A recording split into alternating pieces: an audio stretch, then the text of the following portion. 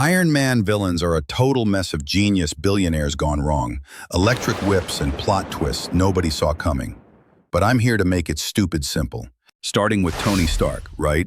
The guy literally defined the MCU. But here's the thing. A hero is only as good as his villains. And Tony?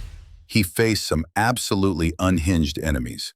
We're talking fake terrorists, vengeful scientists, and business partners who straight up tried to murder him.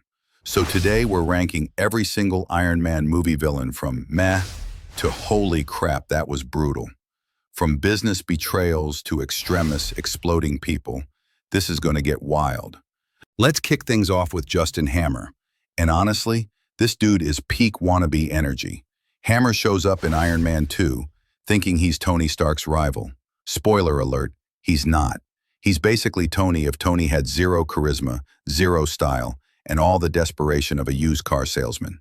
The man tries so hard to recreate the Iron Man tech for the US military, throwing money at the problem like that'll fix everything.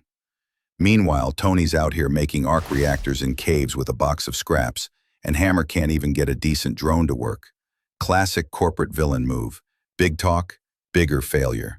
But here's what makes Hammer low-key entertaining. He's so pathetic, it's almost charming. Like watching someone bite off more than they can chew and then choke on it in real time. He teams up with Whiplash thinking he's playing 4D chess, but really, he's just being used. Hammer's not scary. He's not even that smart. He's just there, being annoying. And that's why he's last on this list.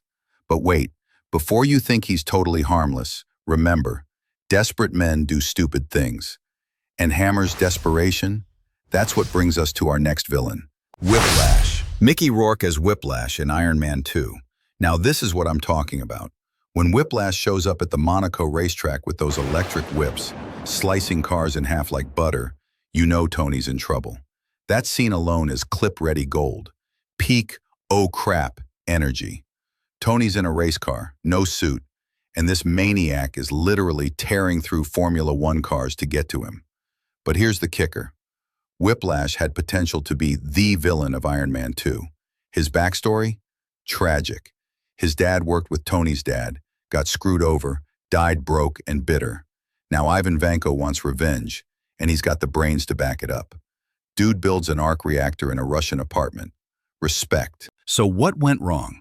Well, Marvel tried to cram two villains into one movie. You've got Whiplash and Justin Hammer competing for screen time. And honestly, neither gets the development they deserve. Whiplash ends up being Hammer's puppet for most of the film, which is such a waste. Not only that, the final fight?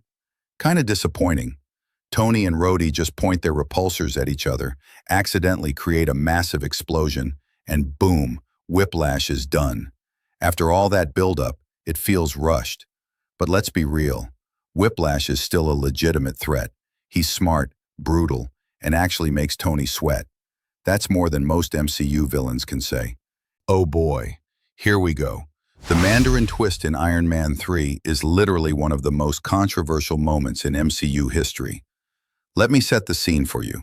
The trailers show Ben Kingsley as this terrifying terrorist leader. He's got the rings, the accent, the whole "I'm gonna destroy America" vibe. Comic book fans are losing their minds because finally, Tony's facing his biggest enemy from the comics. And then, plot twist. He's not the Mandarin. He's Trevor Slattery, a British actor who loves football and just wanted a paycheck. The real villain? Aldrich Killian, who we'll get to in a second. Now here's where it gets controversial.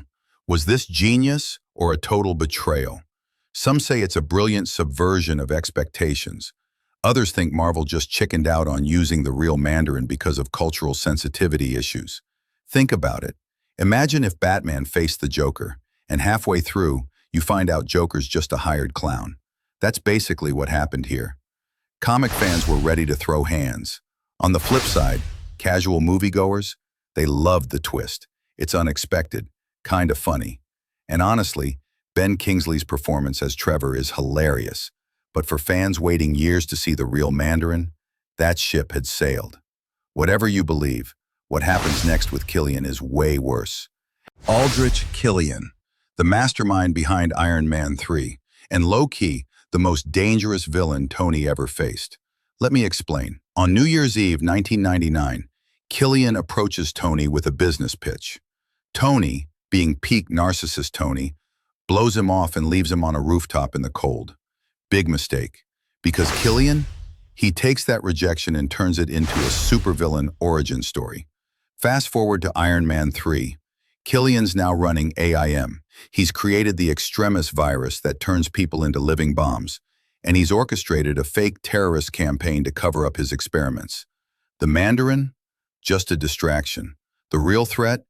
This guy, who Tony humiliated years ago. And here's the twist. Killian doesn't just want revenge. He wants to replace Tony. He's got the tech, the money, the looks, thanks to Extremis healing his disabilities, and he's even dating Pepper. Talk about a glow-up. Not only that, Extremis makes Killian nearly impossible to kill. Dude breathes fire, regenerates limbs, and survives explosions. Tony's suits keep getting destroyed, and Killian just keeps coming. It's like fighting a video game boss on hard mode. But wait, here's what makes Killian truly terrifying. He weaponizes human beings. Extremis can either heal you or make you explode. And Killian? He's fine with both outcomes. He's creating human bombs and calling it evolution. That's psychopath behavior. The final fight has Tony calling in every single Iron Man suit he's ever built. The house party protocol. It's insane. It's chaotic. And even then, it takes Pepper, who's been infected with Extremis, to finally take Killian down. So why is Killian number one? Because he's everything Tony hates. A mirror image of his own arrogance and ego, but without the moral compass. He's proof that Tony's actions have consequences, and unlike the other villains, Killian actually succeeds in breaking Tony, both physically and emotionally. Tony literally has PTSD for the entire movie because of what Killian put him through. Obadiah Stane, the OG Iron Man villain, and honestly, still one of the best. Here's why Stane works so well. Betrayal hits different when it's personal. Tony trusts this man. Obadiah has been in his life since his dad died, acting like a mentor, a father figure.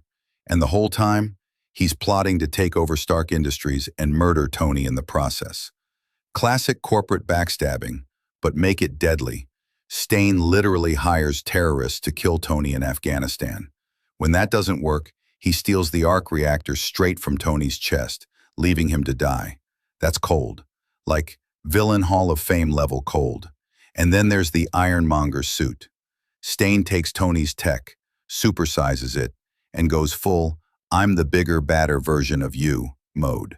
The final fight on the streets and rooftops, that's peak MCU Phase 1 energy. No CGI armies, no world-ending threats. Just two men in metal suits beating the absolute snot out of each other. So there you have it. Every Iron Man villain ranked. From Hammer's cringe to Killian's chaos, each one pushed Tony to his limits. If you love this breakdown, smash that subscribe button, because we're doing every MCU villain next. Trust me, you're not ready for what's coming.